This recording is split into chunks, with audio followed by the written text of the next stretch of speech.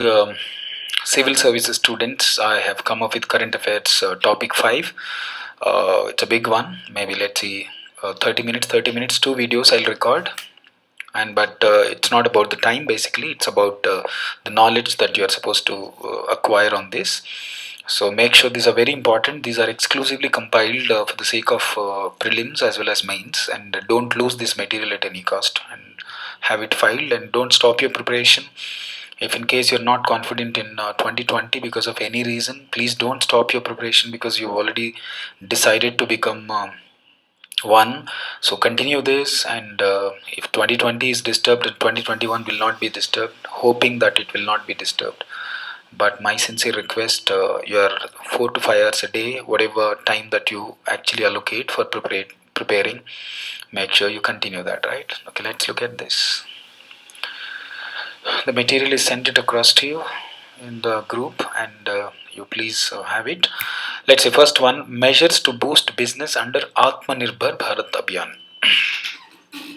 This clearly indicates what all measures that the government of India has introduced, especially related to. I will go little fast because the material is given, and certain points I don't think so you need an explanation. But I want you to know that these topics are very important. If in case you have not read, I'm actually compiling from newspaper, that is Indian Express, Hindu, PIB, and also I'm a regular subscriber of Frontline magazine, and I also subscribe a Yojana. So different newspapers taking the old question papers into consideration, and the latest, in fact last 3 question papers into consideration. I am actually recording these lectures, so make sure you don't skip them at any cost. If in case you are not interested in listening at that particular point of time, skip listening to this, and when you are truly interested, make sure that you start listening.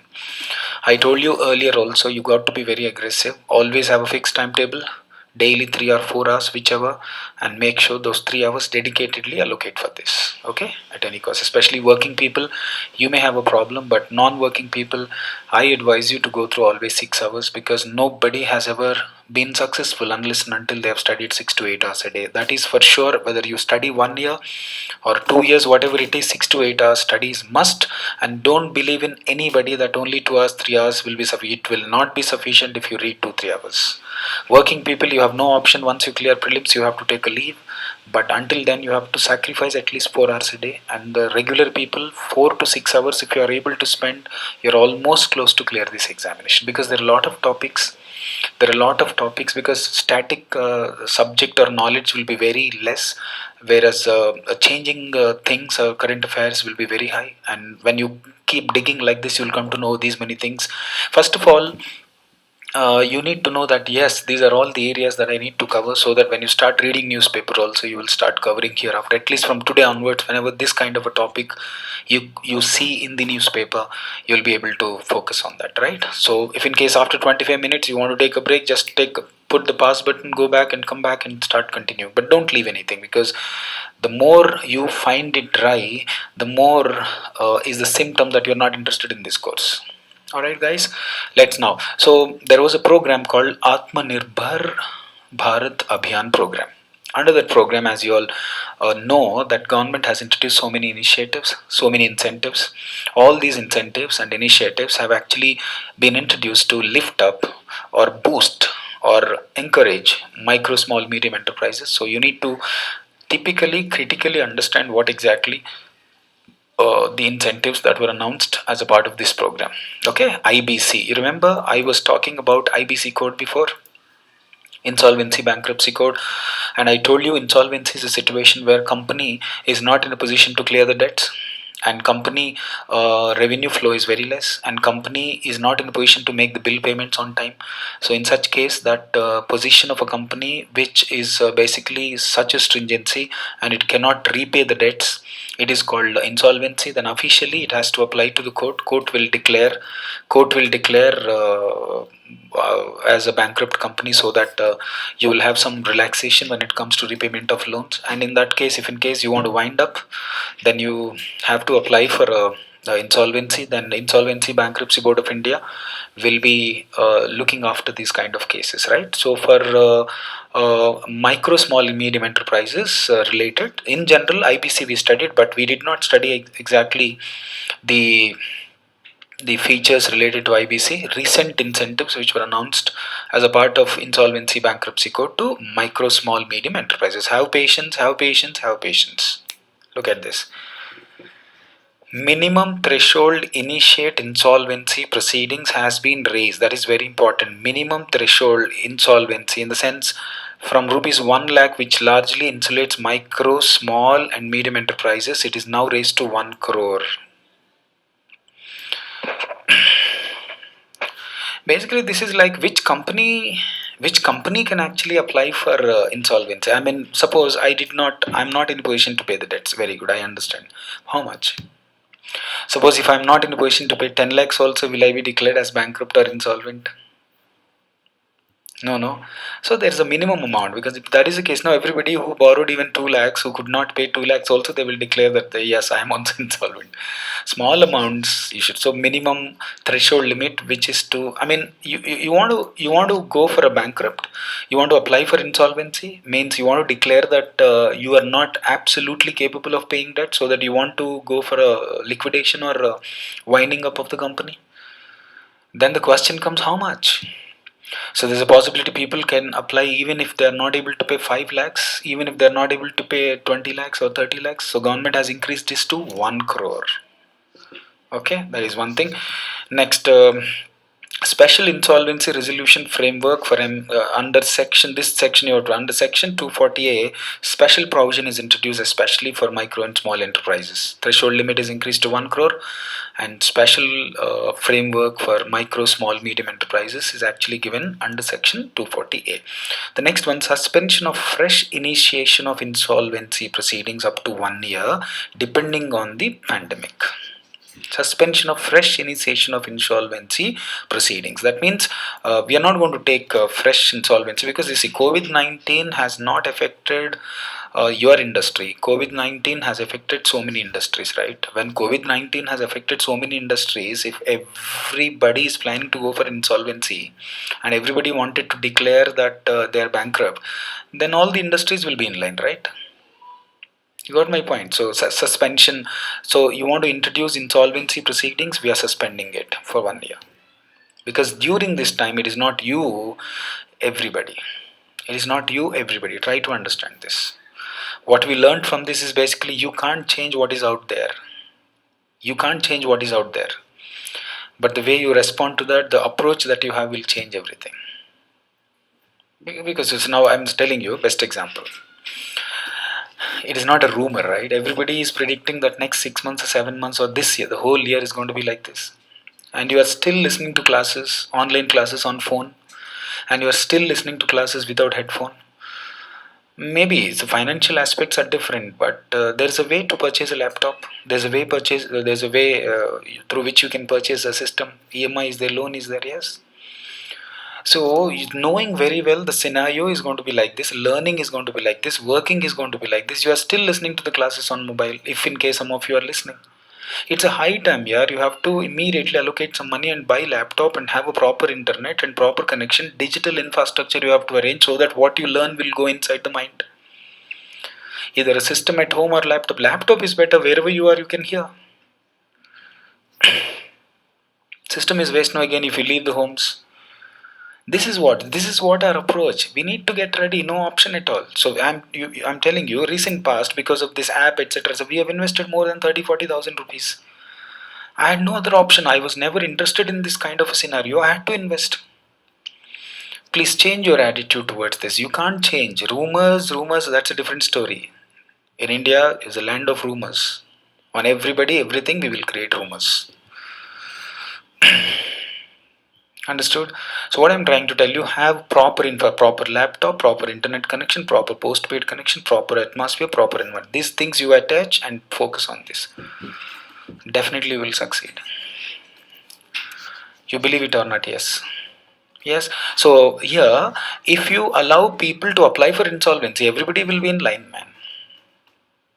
So 1 year, up to 1 year, it is depending on the pandemic, up to 1 year. We don't allow companies to apply for insolvency. Next, empowering central government to exclude COVID-19 related debt from the definition of default, in the sense, during this pandemic, you have been defaulting loans.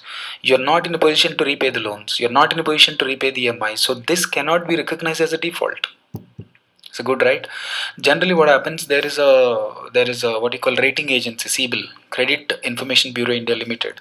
It will rate your credit worthiness. If the score is not at least 6.5, you will not be eligible for loans. If in case you default in paying EMIs, what happens? Obviously, you will be recognized as a defaulter. Next time when you go for further loans, you will not be given loans only. No, you won't be given loans. So during this pandemic, everybody knows that that is why government has come up with something called moratorium, and it is extended, in fact. So that what happens during this period? So what else you need here? You can't expect free money from the government. To be very frank, free money should be given to such people who cannot withstand this. But for industries, what is required? They have so many commitments, and those commitments, if they are relaxed, at least you have to pay. When you took a loan, you have to pay. So I'm only saying you don't pay right now. Maybe 50% it is not good or good, that's a different story, but there is a relief. Think from the bigger picture point of view. How many industries, how many people you really expect government to help? Especially country like India having a lack of resources, etc. It's not possible. So, all right, now quickly wrap up. Threshold limit for insolvency proceedings is increased to 1 crore, and a special clause was introduced for bankruptcy for MSMEs under Section 240A, and for 1 year at least, fresh insolvency proceedings are going to be suspended, which means we will not allow people to apply for insolvency during this time, because everybody has the similar problem, and central government has been allowed to treat this not as a default during this COVID-19. If in case loans are not repaid, debts are not being paid on time, we will not treat companies as if they have defaulted. It's not going to be treated as default, even if moratorium ke baad bhi this year till March 31st, 2021, if in case this default continues, the government seems to be interested in extending this also further, if in case the situation does not improve. But most of the economic activities have already been initiated, and it takes time because everybody is scared, etc., etc. So during this time, this is what the incentive. So when you are reading current affairs, this is how exactly you need to emphasize on each point and start digging deep down and start understanding this. All right. Now, related to Companies Act. So, related to Companies Act, what Government of India has announced recently. Normally, what happens if there are any violations according to company law? Means company law says you have to conduct a meeting. Company law says you have to pay this one, that one, etc., etc. So, every company which has been registered as a company in India, according to 2013 law, there are so many legal compliances they have to follow. If in case those companies are not in a position to follow legal compliances, generally they have got two important punishments. One punishment could be penalty, another punishment could be imprisonment. Because you see, now common sense you apply, this is not there in most of the countries. If in case company has done any mistake, if company has done any fraudulent activity because of which other parties are affected, suppose company has done some mistake because of which investors are affected or shareholders are affected, etc., etc., it is better to collect money from them as a compensation instead of sending them to jail, right?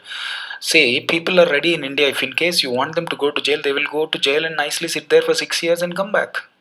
But what about the debts? What about the loans that are lent to these companies? You can't simply criminalize people and imprison people. So Government of India has taken a very important decision recently, that if in case there are many offences in company law, not all, many offences in company law which are not treated as criminal offences. When I don't treat the offense of a company as a criminal offense, basically I'm not going to send board of directors to jail imprisonment, but I'm going to ask them to pay compensation. See there, Decriminalization of Companies Act 2013, involving minor technical procedure defaults, like say for example shortcomings in corporate social responsibility. Every company in India, I repeat, every company in India, net profit 3 years, net profit made 3 years, net profit made 3 years, last 3 years net profit made 2% you must allocate for social activities. It's a rule. So, in particular, try to understand. There are some areas. This point is very important. What areas basically are decriminalized? When I say decriminalization, violation of these provisions would not amount to imprisonment of a board of director. So you need to remember per prelims or any sake what areas, and also remember what is the impact or analysis of it. Understood? See here, company violation. Violation means what? Suppose you did not follow corporate social responsibility reporting related. You did not submit everything in board report is not adequate. Board of directors report to ROC is not complete in all respects. You have not filed financial statements, annual returns to ROC every year. Filing defaults, in the sense you did not see, every company is supposed to file returns. And recently, day before yesterday, also central government has passed order saying that those people who have not filed annual returns till date, last chance for you to forgive. You just file it now without any penalties. Bolke they have sent a notice. You understand my point? So it's like any violations done by companies, especially if they're technical and procedural. Technical in the sense you are supposed to file financial statements every year, you did not file. You are supposed to file board report with all the ingredients that are supposed to be there in board of directors report, that is not included. These things are technical, and you have an additional responsibility. 3 years net profit may say, last 3 years net profit may, average net profit, not 3 years, average net profit may 2% must be allocated for corporate social activities, and you must report to central government. And if in case such defaults, anything you do previously, there was an imprisonment, now there's no imprisonment. We are not going to treat those offenses as criminal offenses. Fair enough. Yes. Next one. That's what. See now, if you could see my points carefully, having an opinion against the government is my personal view. But having an opinion, having a positive opinion, constructive opinion on government policies is general opinion, neutral opinion. This attitude you have to develop. Many candidates fail in interview because of this. That 30 minutes, if you could not control your negative attitude, if you could not control nasty criticism against anything, unless and until you give solution, I'm telling you, you will flung the total 1 year hard work will be wasted, and you will be so disappointed. Don't let don't let it happen to you. That happened to us. We did a mistake, so therefore we are guiding you. Having negativity is, who are you, man? You are a Congress party, BJP party, or some party leader. If that is the case, you don't get into civil services at all. And don't stop worshipping humans first of all.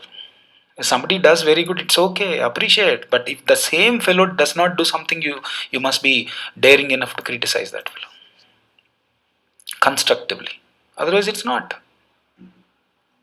You understood my point? Yes. Look at this. Majority of the compoundable offences sections to be shifted to internal adjudication mechanism. Compoundable offense. So any compoundable offences, multiple offences, multiplying punishment offences will be shifted to internal. I mean, there are many offences which will directly go to court, NCLT. So, if every issue, remember in your family, if every dispute goes to court, how do you feel, man? Leave the dispute first of all, because you are brought to court by your spouse. You will be yelling like anything, right? Because internally it has to be settled. That is why government has something called family court, right? Because for everything, if you go to court, you know how the Indian mentality. If you go to police station, people look at you differently. If you go to court, people look at you differently. If you go to Gandhi hospital now, people will look at you differently, as if you have got COVID-19 and they wanted to just throw you away from the apartment. This is what, I mean, education system may, what is happening is we are only giving them information at school and colleges. We are not actually giving them the character. We are not giving them the attitude and personality, how they are supposed to respond. Some of you have learned by yourself, but actually colleges and schools failed. Luckily, because some of you have learned, that's why you are in civil services. You looked at the society, you came to a conclusion, and you made a rational judgment. Oh, this is not correct. Then you came to a conclusion. Otherwise, you just imagine this is what IAS civil servants, being an education commissioners and joint directors of education, etc. You're going to bring in a lot of change, boss. You can do, you can change, because if you don't want to change, if you think you can't change, మనం ఏం చేస్తాం. If you think like this, quit IAS today itself, please. My sincere request. Quit IAS today itself. You just get into the system. If in case you are not in a position to adjust with the system, if you still tried but you could not succeed in implementing, then that time talk and get out. Shut your mouth and get out. Like most of the Kerala IAS officers, our Jayaprakash Narayana is the best example, who quit because they tried first. They tried. Maybe those days situation is different. These days you can find the new tactics, new methods, etc., etc. Understood? Internal adjudication, in the sense internal decision mechanism is decided. I mean, let us not bring it to the last one. You see, amendments will declog the criminal courts and national company law tribunal. In the sense, there are a lot of amendments which are going to clearly decriminalize. In the sense, previously some of the offences committed by companies are going to be criminal in nature, where board of directors might have to go to imprisonment, might have to go under imprisonment, but now that's going to be completely declogged. Simply speaking, overall 3 points I want to tell you with respect to companies minor technical defaults. Government previously is worried about imposing penalty and imprisonment, but government is now not doing it because people are thinking it's a reputation issue, and if you continue imprisoning people like this, then nobody will be interested in doing business in India. That is one thing. Simple. Any doubt on any concept when you are reading again this material, go back to that, switch on my record, hear it, and go on. Okay? Yes, you got to be serious today. Yes, ease of doing business related. Okay? Direct listing of securities by Indian public companies is permissible in foreign jurisdictions. Previously, if a company, suppose Indian company wanted to raise money from abroad. If Indian company wanted to issue shares to foreign people, then foreign people would straightforward ask you one question: Anna, if I want to sell my shares, do you want me to come to Indian stock exchange and sell? Then you would smile and say, yeah, you have to come. Then that fellow says, yeah, I will not invest. So you must get listed in foreign stock exchange. If you want Singaporean to invest in Indian company, if your share is not listed in Singapore stock exchange, so there's a shortage of funds in India. You need to, a lot of Indians settled abroad, and a lot of other countries who are having a positive impression on India's growth, that India will grow very well. So such people would like to invest in Indian companies, and if they want to raise money, they have to get listed there. Previously, lot of hangama listing. Permissions, etc., etc. Now you say direct listing of securities is allowed. You can go to any stock exchange and get yourself listed in stock exchange and raise capital just like that. But of course, subject to local stock exchange guidelines, so on and so forth. Alright, next one. Private companies which list non-convertible debentures on stock exchanges not to be regarded as listed companies. Spend some time on this. First thing is, private companies cannot raise money from public, which means private companies cannot issue debentures or shares to public. Now you see, private companies which list non-convertible debentures on stock exchanges not to be regarded as listed companies. That means here, first of all, private companies cannot be listed. Private companies cannot be listed, but they want to get listed. If in case debentures convertible means debentures which can be converted into equity shares. Debenture is a debt. Debenture is like borrowing money. Company borrows money, gives you a certificate, that is debenture. And when it issues debenture, company can say, beta, after 1 or 2 years, so and so time, you have the chance to convert them into equity shares if you wish to. Non-convertible. So first of all, private companies are allowed to issue non-convertible, not convertible debentures. Debentures cannot be converted into equity shares here.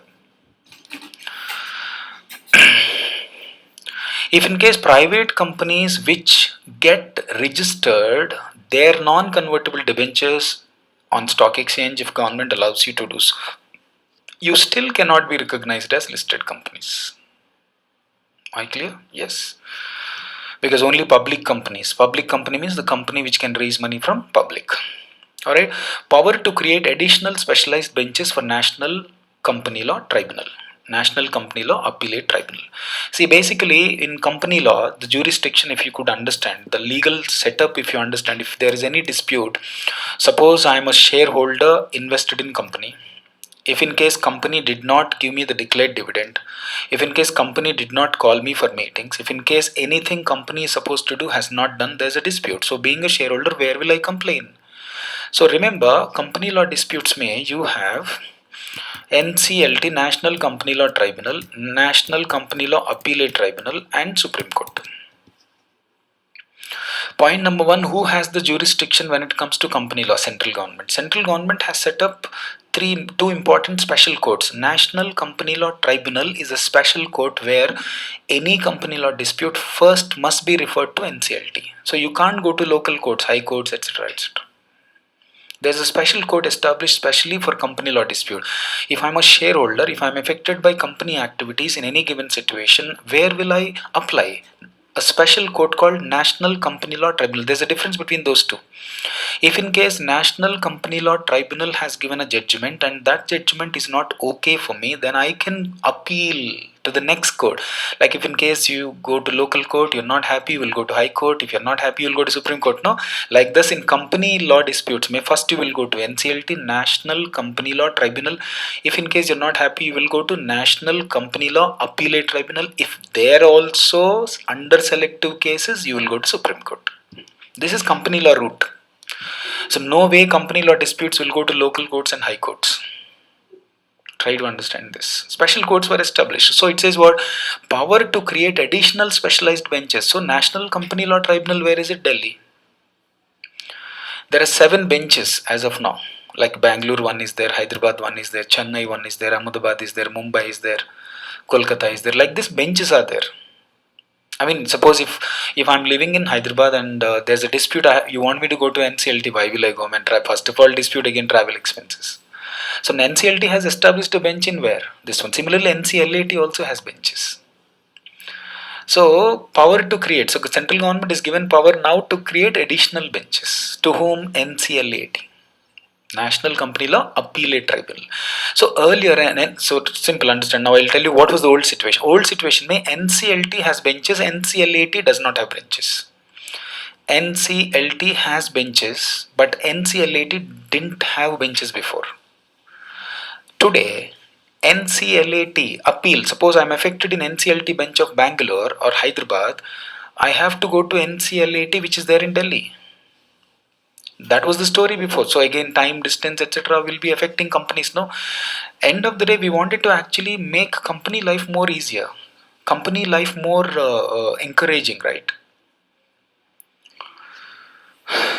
Understood? Seriously? Yeah. So previously NCLT has benches, NCLAT does not have benches. The new thing, NCLAT also is allowed to have benches. Then we have to wait and see in which cities they have decided to set up now.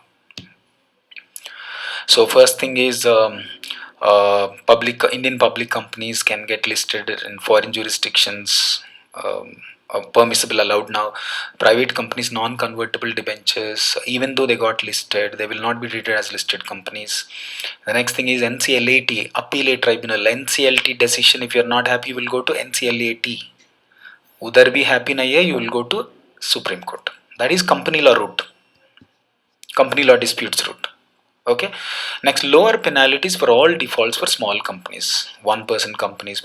These are like small companies, companies which are with 1 person, producer companies are exclusively for agriculture sector. Producer company means companies which are started by producers, like sugarcane producers, fertilizer producers, pesticide producers. These producer companies are basically popular for agriculture sector. That means in any company, if you want to be a shareholder, you can be a normal person, right? But in producer company, if you want to be a shareholder, you must be a producer first of all. You must be a producer of any agriculture crop or sugar factory fellows, fertilizers, pesticides. These people can be the members, so that will be utilized only for agriculture production sake. Startup companies, these people have lower penalties. Good news. So if you could see now, I'm telling you because government is also confused. I'm telling you, you know what? You might say, sir, just for 2 months we are affected. Yes, because our system is so loose. Our system is so loose. We are dependent. Tomorrow we are dependent on tomorrow inflow. 80 to 90% of the population in India especially is dependent on tomorrow's income. That means I always pay rent based on monthly inflow. If any point of time, if students do not pay the fee, then my rents, my salaries, everything will be affected, because I never have savings. This is not only my 80% of the individual households, business people mentality it is. So when I ask you, if you will say, sir, no salary, half the salary only credited. Then when my faculty asks salary, I will say, sir, you see, nobody is paying the fee. Owners also, I will say the same thing. You understood now?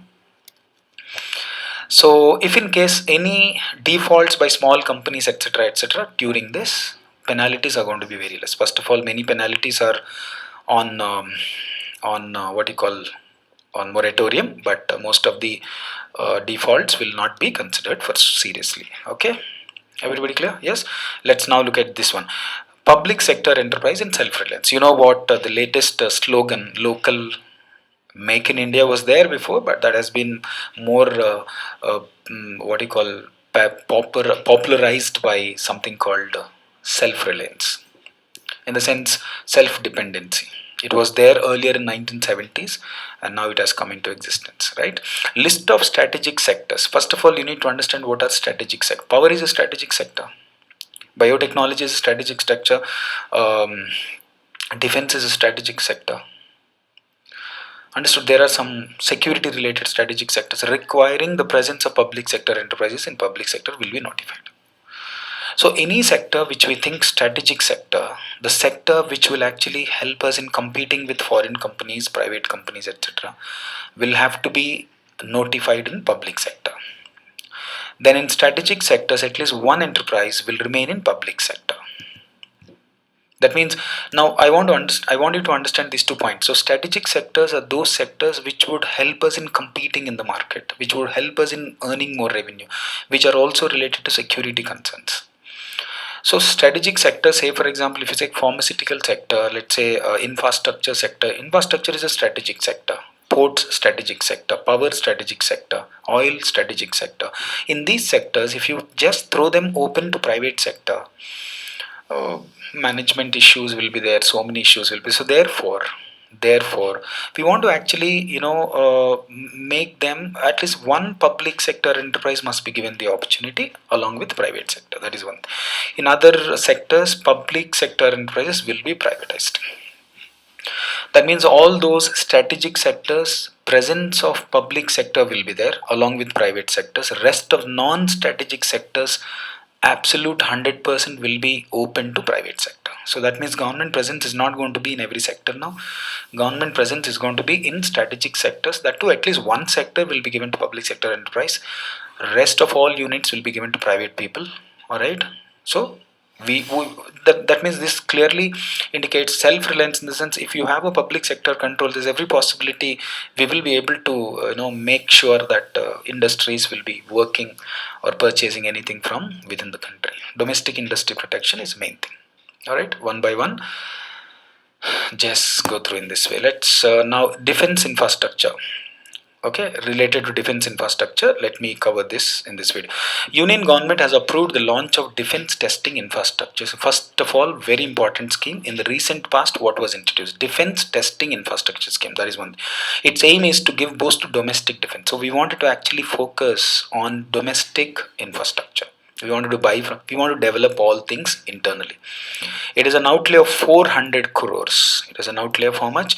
400 crores, creating state of the art testing infrastructure. So defense infrastructure, basically government has allocated a huge amount of money, that is 400 crores, to create internally. We don't want to depend on other countries in this regard.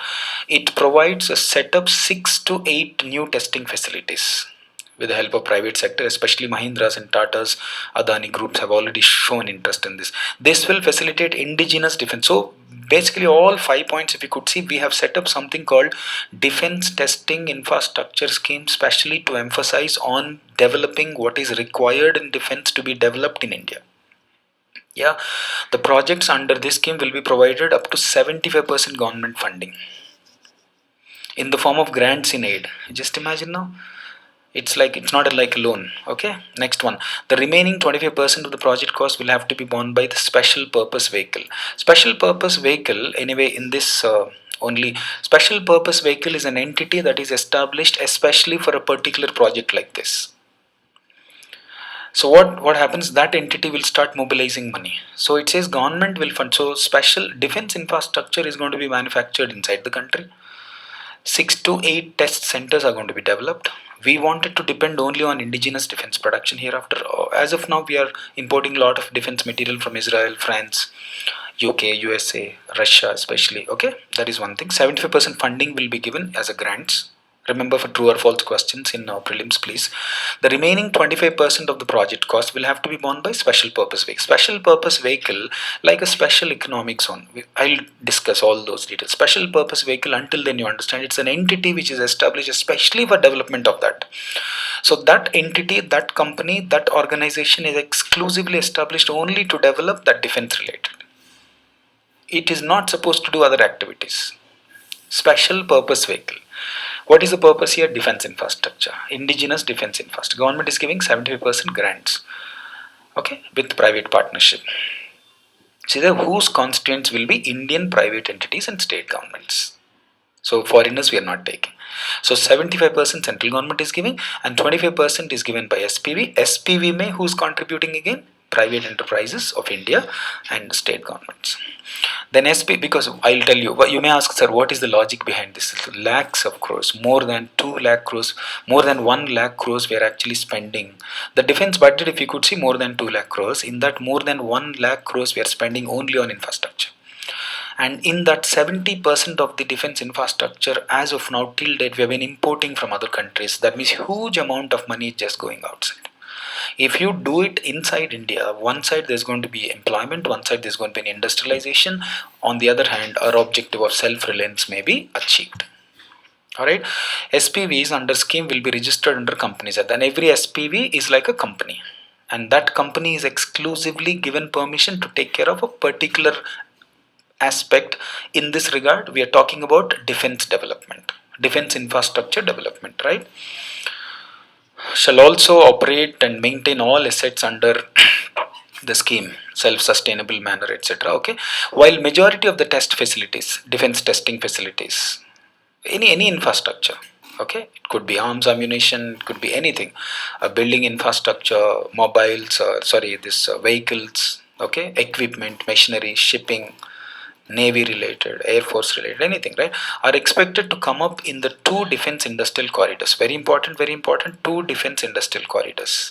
Major. So how many actually are going to come up? 6 to 7, I said here, 6 to 8, right? 6 to 8 defense test facilities are going to come up, and majority of them are actually coming in two defense industrial corridors. The scheme is not limited to setting up test facilities in DICs only, though it is not limited, but majority are coming up in this.